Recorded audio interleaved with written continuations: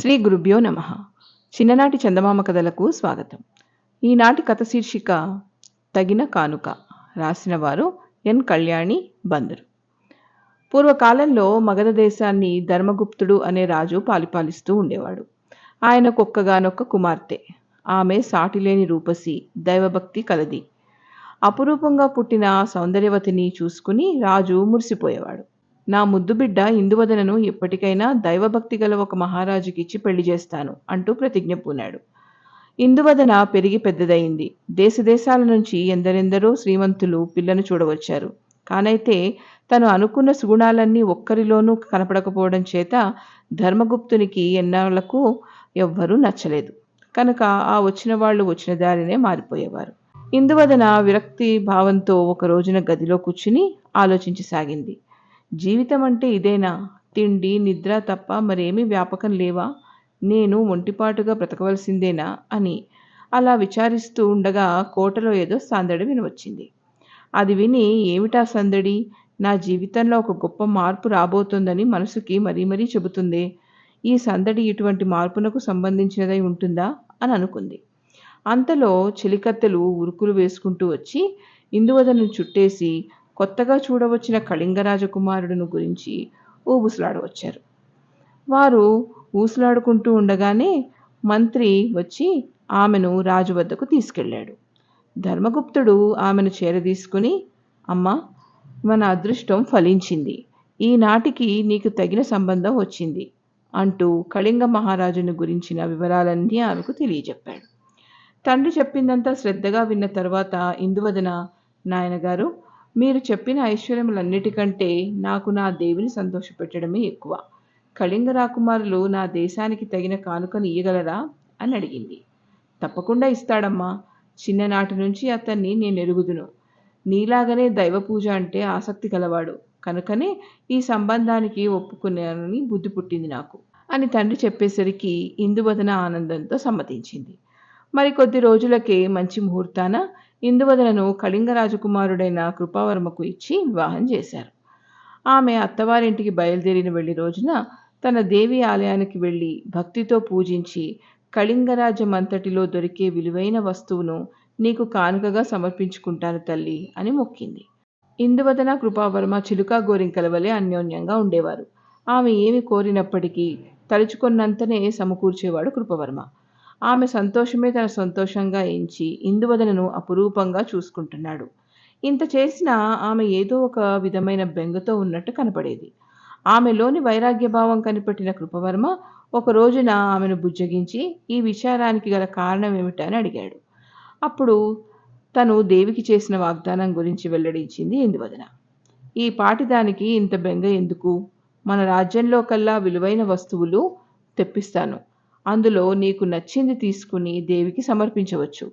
నీ కోరిక తీర్చడం కంటే నాకు కావాల్సింది ఏమున్నది అని తక్షణమే రాజ్యంలోని గొప్ప గొప్ప వర్తకులందరినీ పిలిపించాడు. వారు చిత్ర విచిత్రమైన కానుకలెన్నో పట్టుకువచ్చి రాజు ఎదుట ఉంచారు. ఇందువదన అవన్నీ వేడుకతో పరిశీలించగా అన్నింట్లోనూ ఒకే ఒక వస్తువు ఆమెను ఆకర్షించింది. అదే కాంతి వజ్రం. అది ఉన్న చోటు నుంచి చుట్టూ ఒక క్రోసుడు దూరం వరకు ప్రకాశిస్తూనే ఉంటుంది. తన ఇందువదన ప్రియంగా ఎంచుకున్న అపురూప వస్తువు లభించినందుకు కృపవర్మకు అపరిమితమైన సంతోషం కలిగింది. లక్షల కొద్ది వరహాలు పోసి ఆ కాంతి వజ్రాన్ని కొని భార్యకి ఇచ్చాడు. ఆమె ఆనందానికి మేరలేకపోయింది. దంపతులిద్దరూ కలిసి మగధ రాజ్యానికి కాలినడకన యాత్ర చేసి అపురూపమైన ఆ కాంతి వజ్రాన్ని దేవికి సమర్పించి వద్దామని నిశ్చయించుకున్నారు. మరునాడు వారు మగధ రాజ్యానికి పాదచారులై బయలుదేరి గుట్టలు, పుట్టలు, మెట్టలు, మహారణ్యాలు దాటుకుని చివరకు ఒక పెద్ద నది వద్దకొచ్చి చేరుకున్నారు. ఆ నది దాటిన తర్వాత మగధ రాజ్యానికి ఇంకొంచెం దూరమే ఉన్నది. దంపతులు ఉత్సాహంతో నదిని దాటి గట్టుపైన నిలబడ్డారు. కొంచెం విశ్రాంతి తీసుకుని తర్వాత మళ్లీ కాలు సాగించుకుందామని అనుకుంటుండగా కాంతి వజ్రం యొక్క కిరణాలు ప్రసరించడం కనబడలేదు. ఇదేమిటి విడ్డూరం? నేను స్వయంగా చేతితో జాగ్రత్తగా పట్టుకుని ఉంటేనే వజ్రం ఏమైపోయింది అంటూ కృపవర్మ కంగారు పడ్డాడు. ఇందువదనకు తత్తరపాటు కలిగింది. బహుశా అది నీటిలో జారిపోయి ఉంటుందేమో అని తలిచి దాన్ని వెతుకు తీసుకురాగలిగిన వాళ్లకు ఏమి కోరుకుంటే అది ఇస్తామని కృపవర్మ అక్కడ బేస్తవాళ్లతో అన్నాడు. యువకులందరూ మా వల్ల కాదంటే మా వల్ల కాదని తప్పుకొని పోయారు. కానీ ఒక ముసలివాడు మాత్రం ఎదటికి వచ్చి, స్వామి, నాకు ఒక్కటే కోరికున్నది. అది నెరవేరిస్తే ప్రాణానికైనా తెగించి మీరు కోరిన కాంతి వజ్రం పట్టి తెస్తాను అన్నాడు. అది ఏమిటని కృపవరం అడిగితే, నాకు ఒకే ఒక కుమారుడు ఉన్నాడు. వాడికి మర్యాదగల జీవనోపాధి కల్పించాలి అన్నాడు. తప్పక అలాగే చేస్తానన్నాడు కృపవర్మ. కృపవర్మ వాగ్దానం చేసేసరికి ముసలివాడు బుడుంగున నీటి అడుగంటా మునిగిపోయి అనేకమైన జలచరాలతో క్రూర సర్పాలతోనూ పోట్లాడి జయించి చివరకు ఒక బ్రహ్మాండమైన చేపను లాక్కుని వచ్చాడు. స్వామి, మీ వజ్రాన్ని మింగిన చేప ఇదే అని అనేంతటితో ఆ చేప తన పెద్ద వాలముతో ముసలివాడిని ఒక్క దెబ్బ కొట్టింది. దెబ్బకు వాడు నీటిలో అలానే సోలిపోయి మరి కనపడకుండా పోయాడు. కృపవర్మ ఆ చేపను కోసి వజ్రం బయటికి తీసేసరికి వింత చూడడానికి చుట్టూ జనం మూగారు. కాంతి వజ్రం దొరికినందుకు దంపతులు సంతోషిస్తూ ఇక బయలుదేరి పోదామనుకుంటూ ఉండగా ఎక్కడి నుంచో గుంటనక్క వచ్చి ఆ వజ్రాన్ని నోట కరుచుకుని పరుగు తీసింది. కృపవర్మ ఆ గుంటనక్కను వెంబడించాడు. కానీ అది అతివేగంగా 3 క్రోసుల దూరం పరిగెత్తి ఆ వజ్రాన్ని ఒక తుప్పలో వదిలేసి మాయమైంది. పాపం కృపవర్మ కాయకష్టం పడి ఆ 3 క్రోసులు నక్క వెంట పరిగెత్తి అది వదిలేసిన వజ్రాన్ని ఎలాగో మళ్ళీ పట్టుకొచ్చాడు. దంపతులు అలసట తీర్చుకుందామని ఒక చెట్టు కింద నడుం వాల్చి ఉబుసులు చెప్పుకుంటూ ఉండగా దేవీ దర్శనం చేసుకుని అపూర్వమైన కాంతి వజ్రం సమర్పించుదామని ఇందువదన ఎంతో ఆత్రపడుతూ ఉంటే తలవని తలంపుగా అటు నుండి ఆటంకాలు తగిలి ఆలస్యమైపోతున్నదని ఆమె కొంచెం బాధపడింది. వారు అలా ప్రసంగించుకుంటూ ఉండగా కృపవర్మ ఎంతో భద్రంగా తల కింద పెట్టుకుని ఉన్న కాంతి వజ్రాన్ని ఒక గరుడ పక్షి వచ్చి తన్నుకుపోయింది. ఇదేమి చిత్రమో గాని ఆ గరుడ పక్షి తన దారిని తాను ఎగిరిపోక వారిని అందుబాటులో ఉండి చుట్టూ తిరగసాగింది. అది చూసి ఇందువదన, పక్షి పట్టుకుపోయిన వస్తువు ఇంక దొరకదేమిటి, అది కేవలం అసాధ్యం అనుకుని నిస్పృహ చెందింది. నా దేవిని సంతోషపెట్టలేకపోయాను, మాట నిలబెట్టుకోలేకపోయిన దురదృష్టవంతురాలను, నేను ఉండడం ఏంటి అని ఆమె తనకు తానే నిందించుకుంటూ ఆ గరుడపక్షి ఎగురుతున్న దారినే వెంబడించింది. తనకి ఇష్టం లేకపోయినా కృపవర్మ భార్య మీద ప్రేమ చేత ఇందువదన వెంటే వెళ్ళాడు. ఈ విధంగా గగన మార్గాన గరుడ పక్షి, భూమి మీద కృపవర్మ ఇందువదనలు అలా తిరుగుతూనే ఉన్నారు. కొంత దూరం అలా పోయిన తర్వాత గరుడ పక్షి వాయువేగంతో ఈశాన్య దిక్కుకు ఎగిరిపోయి అదృశ్యమైంది. దంపతులు ఆ పక్షిని ఇక వెంబడించలేక అది ఎగిరిపోయిన దిక్కున అంతులేని దూరం నడవసాగారు. చీకటి పడేసరికి తిరిగి తిరిగి వారు ఏమీ తోచక చతికిలబడ్డారు.